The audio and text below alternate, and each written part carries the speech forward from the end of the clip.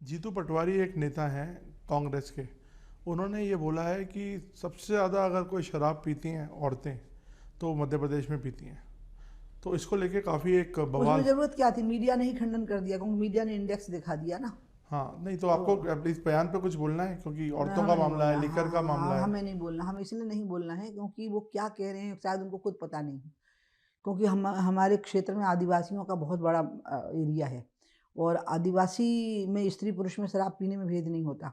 लेकिन वो जो शराब पीते हैं वो ऑर्गेनिक होती है, महुए के फल से बनी हुई होती है। उसमें कोई खराबी नहीं उसमें है। कोई मिलावट खराबी है कि नहीं मुझे नहीं पता, क्योंकि उन वो स्वस्थ रहते हैं, प्रसन्न रहते हैं। सबसे बड़ी बात है, कोई आदिवासी शराब पीने के बाद दुर्व्यवहार नहीं करता, व्यभिचार नहीं करता, किसी बच्ची के साथ छेड़खानी नहीं होती, कोई हिंसा नहीं करते।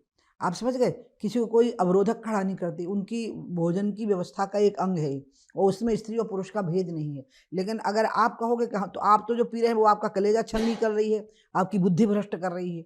इसलिए वो पता नहीं क्या बोल रहा है बेचारा, जिसका नाम आप ले रहे हो। मैं उसकी बात पे कमेंट नहीं करना चाहती, क्योंकि ना बिना सोचे समझे बोल देता है वो। मैंने उसको कई बार समझाया भी है कि तू सोच समझ के आप बोला उसको कर। बेचारा बोल रही हाँ, बोल देता है ना, बिना सोचे। बेचारा बोल रही हूँ मैं, बिना सोचे समझे बोल देता है। मैं उसको कई बार, एक दो बार उसने मुझे फोन किए, तो मैंने कहा जीतू तू एक ही काम कर ले, तू पार्टी में एक ही बचा नहीं चाहते। कांग्रेस लगभग सफाया हो रहा है, कांग्रेस खत्म हो गई कांग्रेस, क्योंकि जो हैं वो रिटायरमेंट में चले गए हैं। क्यों? दिग्विजय सिंह है, कमलनाथ है। तो बड़े हैं ना अब उम्र के ये लोग, तो रिटायरमेंट में जा रहे हैं ना।